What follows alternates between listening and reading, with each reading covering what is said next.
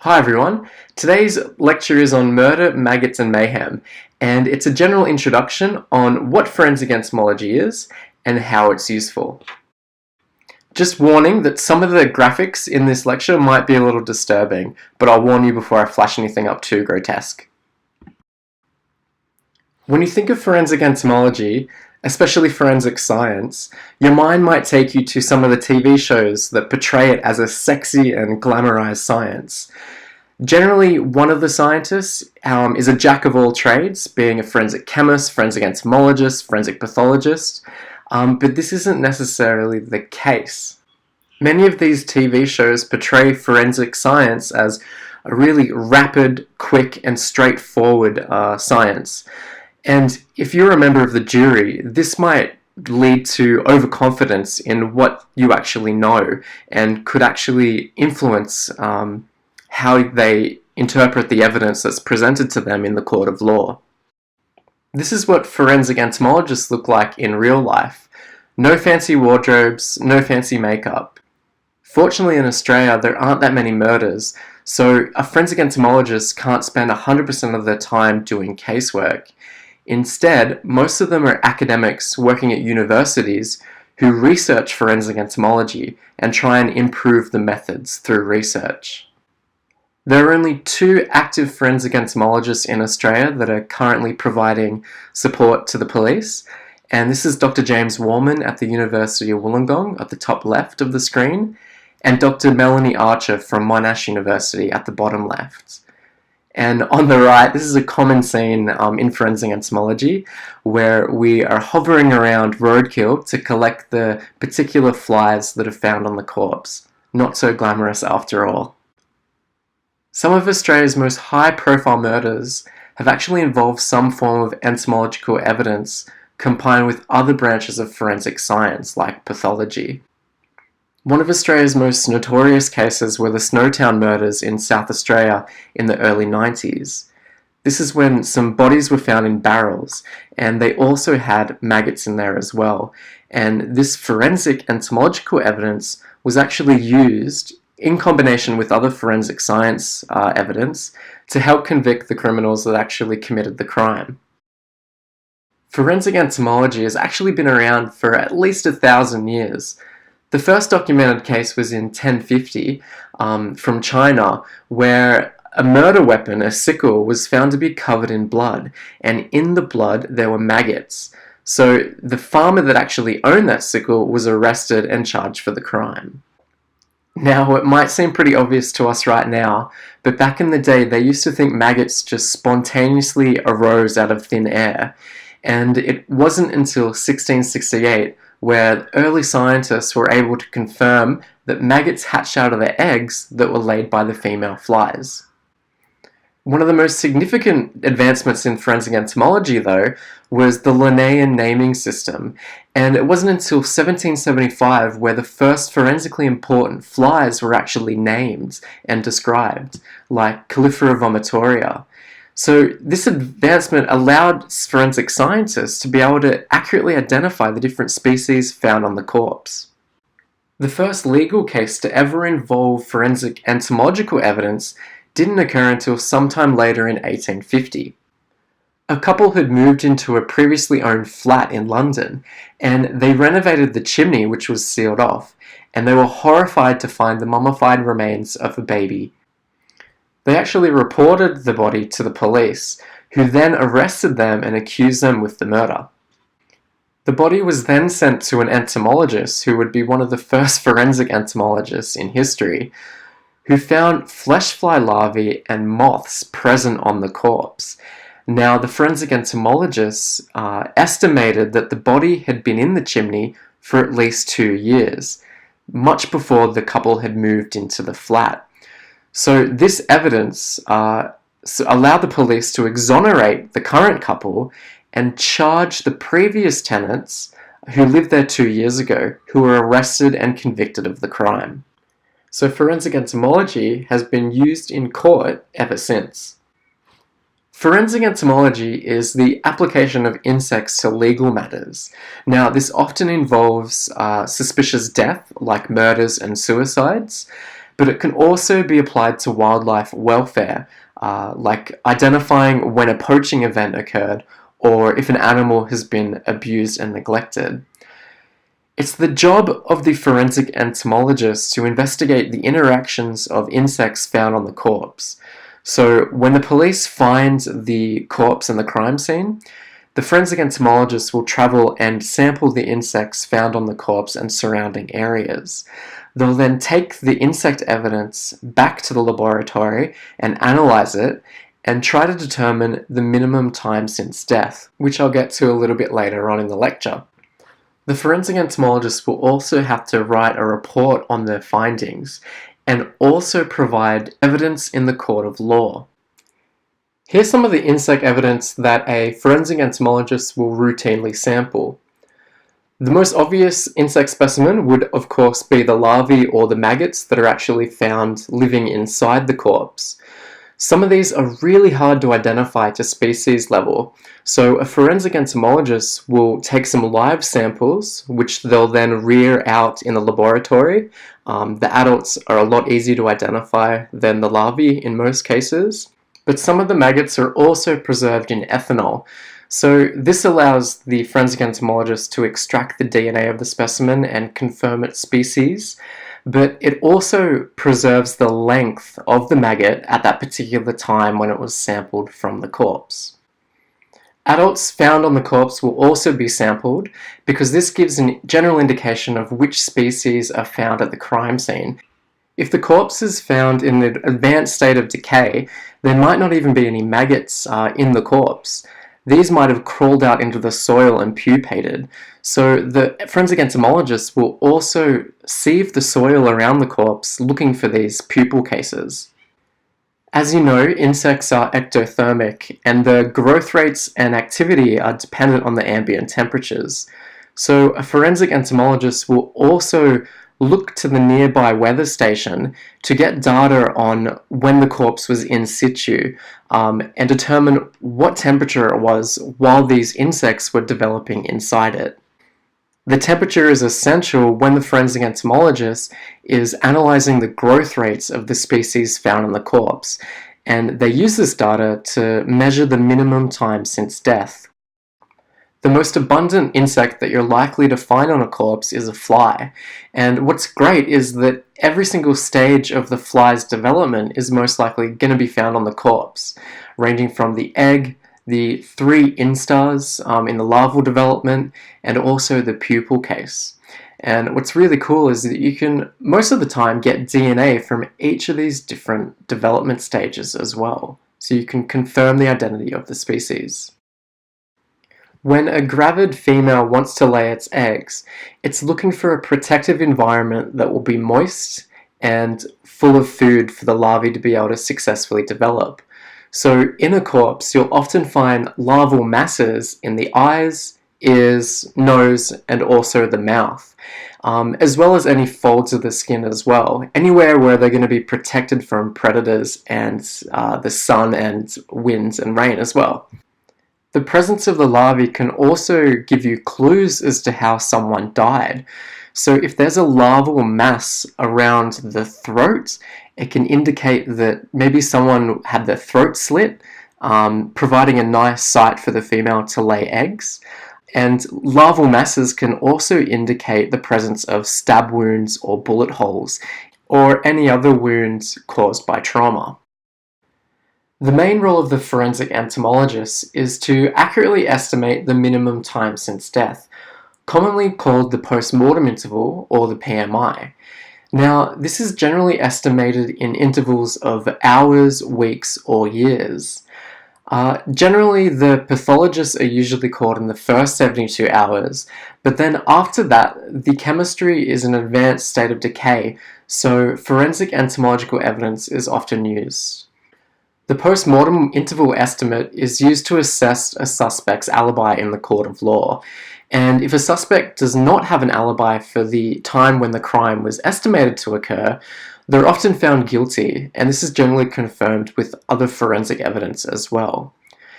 It's important to note that large discrepancies or differences in the post-mortem interval estimate could potentially lead to a miscarriage of justice. Now, this is specifically if the wrong person is convicted of the crime or if the guilty criminal is exonerated. There are two ways of estimating the post-mortem interval. The first being known as ecological succession, which is the known arrival of insects found on the corpse at different stages in its decomposition. The second is thermobiology, and this is using the developmental times of blowfly larvae. Different species will grow at different rates, and the age of the larvae is indicated by its size. Some of you might find the next few slides pretty grotesque, so just a warning, as they do show the stages of decomposition. Regarding ecological succession, there are 5 main stages of decomposition that a corpse will go through. And this includes the fresh stage, all the way up into the dry skeletonization stage. And it's at each one of these stages where there is a unique presence of insect fauna. I should note that the decay stage here is actually divided into 2 stages, the active decay stage and the post-decay stage.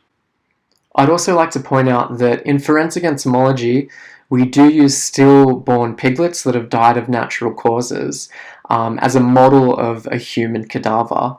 Now, this is because they have a similar bone to flesh density. They undergo the same decompositional stages as us, and they have a similar hair ratio as well to humans. The first stage of decomposition is known as the fresh stage, and this is from the exact moment of death to the first stages of bloating. So the corpse is really fresh, hence the name.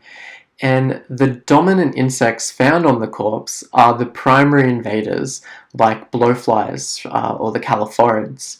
And this is when the females start laying their eggs on the corpse and they hatch into the maggots, which then start eating the flesh. The second stage is the bloated stage. Now, this is where the gases begin to form from the breakup of the proteins and fats and decomposition inside the corpse. These gases are trapped within it under the skin, so the corpse begins to swell, and this leads to putrefaction as well inside of it. And as you can tell, the corpse would be quite smelly, and this smell in turn attracts a secondary wave of colonizers, which are flesh flies, as well as other secondary blowflies as well. So at this point, the corpse is overrun by maggots and eggs, and believe it or not, but this is a really good food source for other insects, particularly the beetles. So beetles like rove beetles from the Staphylinidae are attracted to these eggs and larvae on the corpse. So the females will start laying their eggs on the corpse as well. One issue that might arise is that what happens if all these beetles eat all the fly eggs and larvae? They could potentially remove all the fly evidence from the corpse, and this might actually estimate the post-mortem interval estimate. So it's important to take this into consideration. The third stage is the active decay stage. Now, this is where the gas builds up so much that the skin eventually splits from the pressure and the gas begins to escape.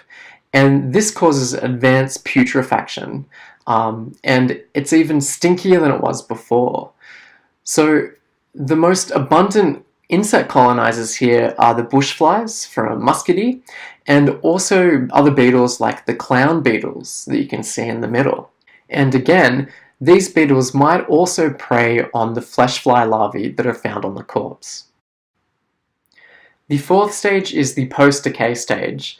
Now, all that remains on the corpse here are the skin, cartilage, bones, and just a little bit of the flesh left. So it's at this stage where the presence of flies heavily declines. Now, this is because there's nothing left for the maggots to eat.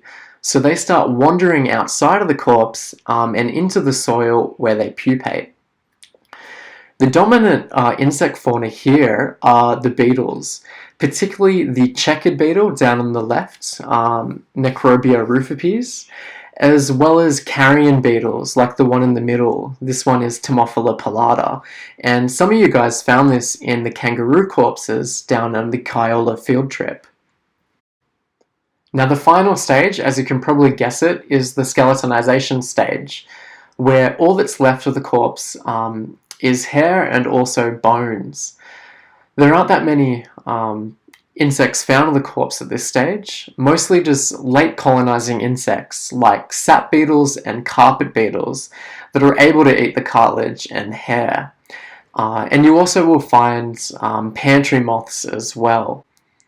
So you can see in the image on the bottom right, the corpse is absolutely dominated by pupal cases of the blowflies and flesh flies and other flies, and it'll be a few days to a few weeks before these eventually hatch into adults. The second method of estimating the post-mortem interval is by looking at the thermobiology of the blowflies found in the corpse. Studies have shown that blowflies can lay their eggs up to 10 minutes after someone dies, so they're generally considered to be pretty accurate indicators of the post-mortem interval estimate. The forensic entomologist will actually measure the growth rates of the larvae found in the corpse and use those as forensic indicators. Now, the size of the oldest immature larvae is used because this is an estimation of the age of that larvae. In other words, if you know the size and the age of the larvae, you're able to estimate when that person died, and this is the post-mortem interval. Basically, as the larvae gets older, it grows in size, and you're able to tell roughly the age of the larvae based on what instar it's actually in, especially for the blowflies. So blowflies undergo a series of 3 larval molts or instars, and you can easily tell them apart by looking at the number of posterior slits they have. So the first instar larvae will have 1 slit, the second instar 2 slits, and the third instar 3 slits. So that's a really easy way to be able to roughly age the larvae found in the corpse. The most accurate way to be able to identify the age of the corpse is by looking at the thermo-developmental rates, or the growth rates of each larva. These thermo-developmental profiles are really useful tools for a forensic entomologist because they chart the growth of a maggot over time. Down the bottom we have one of the charts for a common species known as Chrysomya rufifaces, and at the bottom left-hand axis you have 0 time and 0 length of the larvae, because this is when the larvae is either an egg or has just hatched, and over time it grows in size before it eventually pupates. There are 2 things that a forensic entomologist should also consider when looking at these graphs. The first one is that different temperatures can have different effects on the growth rates of the larvae. So when it's really warm, it'll take less time for the pupa to reach development, where if it's really cold in winter, it'll take a lot longer to complete development. The second and the most critical is that different species have unique developmental rates. So it's really important to be able to accurately identify which species you have in the corpse and apply the correct information from the correct thermo-developmental profile. This is how a forensic entomologist will actually create these thermo-developmental profiles, and this is something I did in my honours research. So let's say we wanted to compare the temperatures between a corpse found in winter and summer. We would take the egg clumps that were freshly laid by a blowfly and divide it into the 2 different temperatures. We then have time points to be able to chart the growth of the species over time. So this is usually in hourly intervals.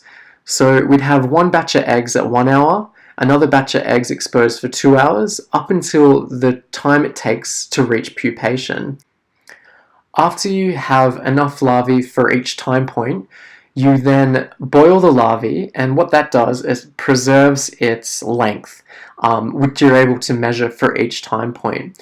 And after you measure them, you store them in 95% ethanol in case you had to go back and remeasure. But generally, we take high-resolution images of each larvae, which then you can measure using digital calipers as well. So now you're able to actually draw this thermo-developmental chart, which you can use in forensic cases to assess the age of the larvae found on a corpse. Here's the thermo-developmental profile for the Chrysomya rufifaces blowfly. You can see that at 34 degrees, the growth rate is on the left, and at a lower temperature of 19 degrees, the profile is on the right. So at time 0, the eggs are laid. This eventually hatches into the larvae, which grow in size until the peak of the curve. This is when the larvae is at its largest size. And here it eventually starts to shrink as it enters pupation. You can see it takes 150 hours to complete development at 34 degrees. However, at lower temperatures, it takes a lot longer. It takes 186 hours to complete development.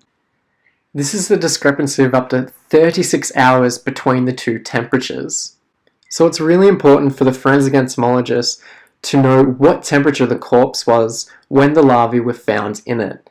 So this is why they get temperature information from weather station data from the crime scene. It's imperative that you're able to accurately identify the species found on the corpse, because different species will have different thermo-developmental rates. Let's say we found a corpse and the average larvae of the species was 12 millimeters. We're able to take this size information and consult with our thermo-developmental profile. If the species was Chrysomya rufifaces, it would take up to 54 hours for the larvae to reach 12 millimeters in size. This would be a post-mortem interval estimate of 54 hours. But what if we got the species identification wrong and it was actually Chrysomya megacephala? Well, at 12 millimeters in length, it would have taken the larvae 42 hours to complete development, i.e. a post-mortem interval estimate of 42 hours.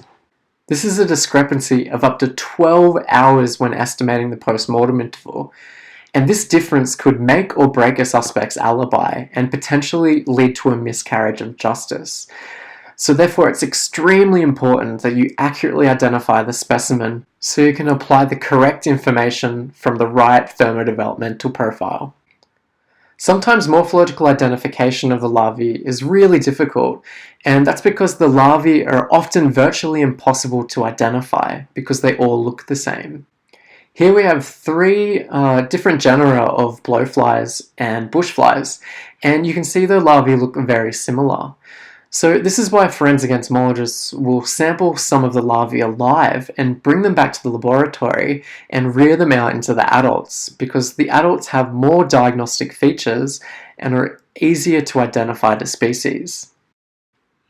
In the last decade, forensic entomologists have actually been able to use molecular techniques to accurately and rapidly identify the species found on a corpse. What's useful is that you can actually get the DNA out of all of the life stages of an insect, which is useful for blowflies because every single life stage is found on the corpse and can be evidence. Once you have the DNA sequence from your specimen, you're able to compare it to a reference database of previously identified specimens. And what's really great about these databases is that they can actually give you a percentage of the accuracy of that molecular identification. So you can see here the reference sequence has matched up to Chrysomya rufifaces with a value identification of 99 to 100%, suggesting that the identification is very likely to be accurate. Another benefit of using molecular techniques is that you have these sequences for all these species that you've identified, and you can use those to assess the phylogenetic relationships of those groups. And this is some of the research that forensic entomologists do on the side when they're not doing casework. So in other words, studying the evolution and phylogenetic relationships of forensically important flies. Molecular techniques are surprisingly sensitive, and let's say a fly was actually trapped in a room with a corpse, and if that fly was to ingest the blood or the saliva from the corpse, you can actually recover the victim's DNA from the fly's vomit or fecal matter. It's pretty gross, but it's pretty cool at the same time. In situations where a corpse is found in an advanced state of decay, and there might not be any larvae present on the corpse, A forensic entomologist is actually able to extract the DNA from pupal cases found near the corpse to identify the fly species. Many different factors might also influence the estimation of the post-mortem interval. If it's too rainy, the flies will be inactive and won't actually approach the corpse to lay its eggs. And this is also the case if it's too cold. Hampered access might also affect the ability of the female to lay its eggs. So if the body is wrapped in plastic or carpet, or if it's sealed in the boot of a car, this might delay the female from actually getting to the corpse and laying eggs, which will affect the estimation of the post-mortem interval. And finally, if someone was to die at night, flies would be inactive, so they wouldn't be able to colonize the body until early in the morning. And similarly, what if someone died in the middle of winter when there were no insects to colonize? All of these factors might actually extend the estimation of the post-mortem interval. Flies have circadian rhythms just like us and a programmable body clock. So it's currently assumed that flies are inactive at night and won't actually oviposit on a corpse.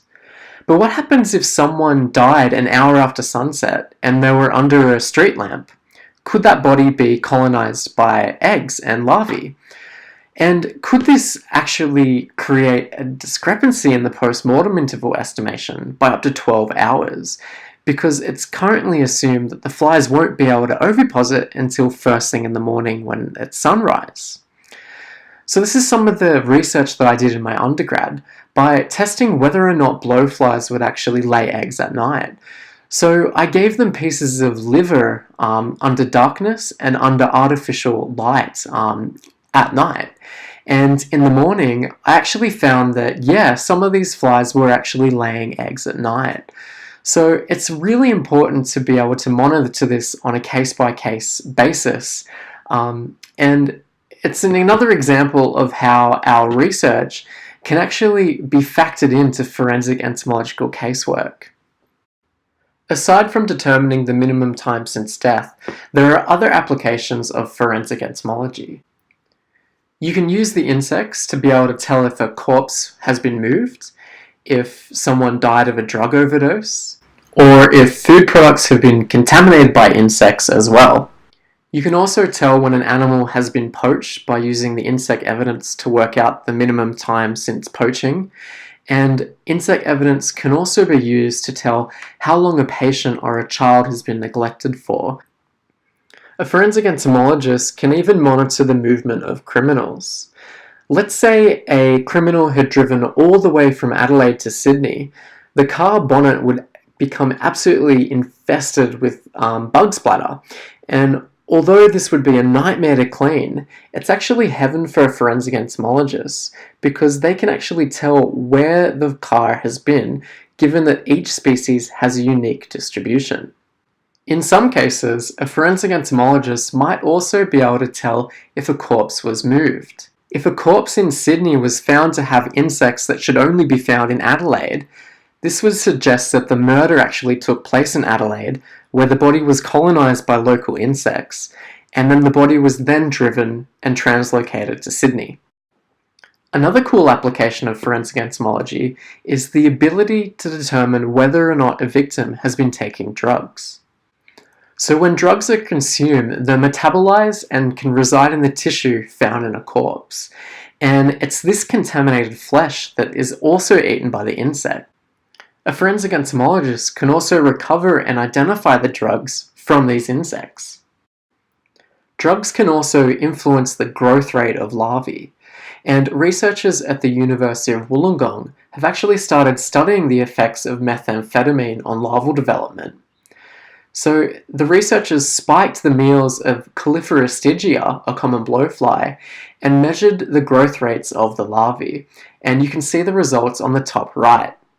Believe it or not, but both of these specimens are the same age, but the larvae A has been fed a diet of methamphetamines, and as a result has grown a lot larger than the control larva down below that was fed a normal drug-free diet.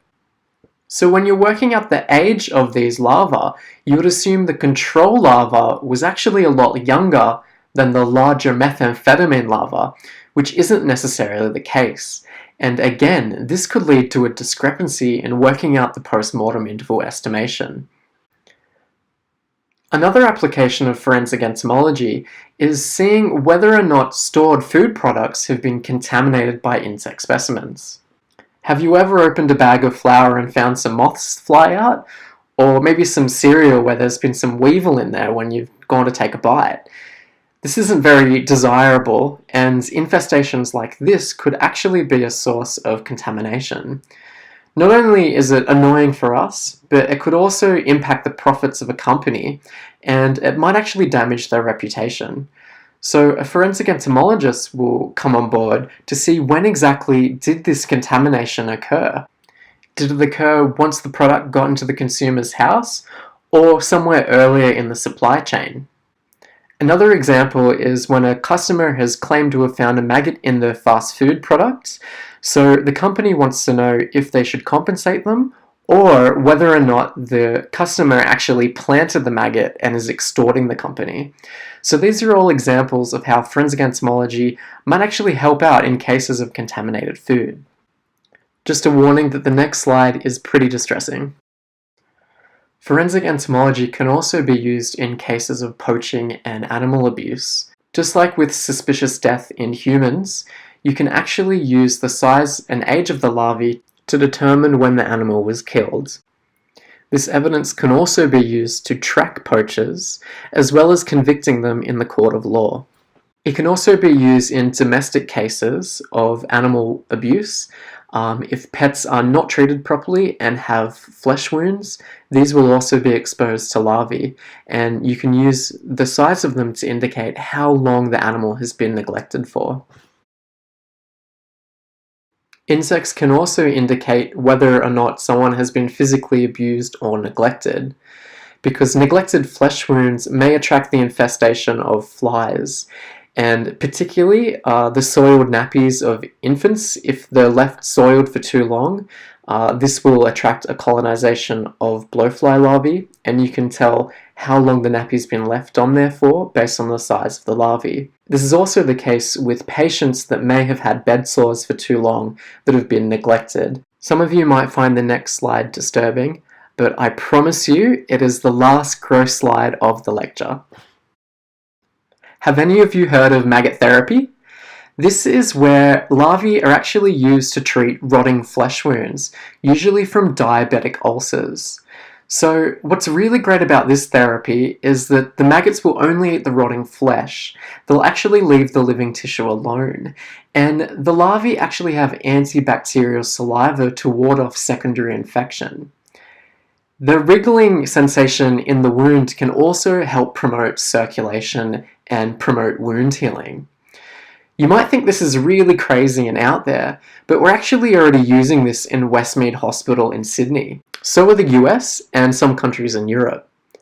A major benefit to using this therapy is that you usually don't need to use antibiotics. Patients are usually attracted to this therapy because they can be treated in the comfort of their own home, and they don't have to necessarily undergo expensive and invasive surgeries to remove the rotting tissue. And here is maggot therapy in action. So the larvae are from the sheep blowfly Lucilia serracata, and these are grown in a sterilized laboratory. And they generally come in a vial that contains about 60 to 80 maggots. So it's about $1 a maggot, so that's pretty much a bargain. My favorite part of this whole process is the nurse that actually administers the therapy is called a maggot nurse, and they kind of like their jobs. They place the larvae in a gauze with an adhesive dressing that prevents the larvae from escaping the wound. But honestly, it's not the biggest deal if it escapes, because if the larvae escapes, it'll just pupate on the floor. So the maggots will only eat the gangrenous wounds, and the thing is, if these wounds are left untreated, they could become seriously infected. So it's great that the maggots are actually clearing these infections away. After 2 to 3 days, the larvae are removed by the maggot nurse. And if there's still some flesh in there that needs treating, they'll leave the maggots in for a few more days. So you can see on the bottom, this is an 80-year-old patient with a gangrenous diabetic ulcer, and after a couple of rounds of maggot therapy, you can see that the actual wound has healed up quite nicely. Another reason to smile is that maggot therapy can save billions of dollars each year. In the UK alone, they found just by adopting maggot therapy, they can save $2.5 billion each year in the healthcare system. So maybe we should care more about maggot therapy. So that's forensic entomology in a nutshell, and I've hoped to show you guys that it has many diverse applications, ranging from determining the minimum time since death for animals and humans, to seeing when insects might have oviposited in your food. One of the most powerful tools a forensic entomologist has access to are these thermo-developmental profiles. And it's also important to look at which species are found on the corpse because there's quite a lot of biodiversity there. And by accurately identifying the species, you can use the correct thermo-developmental profile to determine the minimum time since death. This is a really exciting area of research too, because it's forever changing and new information is being discovered each year. There's a lot of potential for future research to focus on the specific interactions between the different insect species found on the corpse, identifying the genetic relationships of those species, as well as creating thermo-developmental profiles for each species found on the corpse. Although there aren't that many murders in Australia, which is a good thing, if you wanted to do forensic entomology as a career, you'd be doing it as an academic, doing research on the interactions of the insects, which would then help inform criminal investigations in the court of law. And fortunately, there are a lot of forensic degrees out there available at different universities in Australia. If you're interested in entomology in general, we have a volunteer program at the CSIRO Australian National Insect Collection, where you can help us curate our 12 million insect specimens. But we also offer honours projects and PhD projects as well, so please talk to us if you're considering a career in entomology. I hope you've enjoyed today's lecture on forensic entomology, and that I haven't grossed you out too much. And if you'd like to see a behind-the-scenes look at what it's like to be an entomologist, please follow me on social media. Thanks, guys.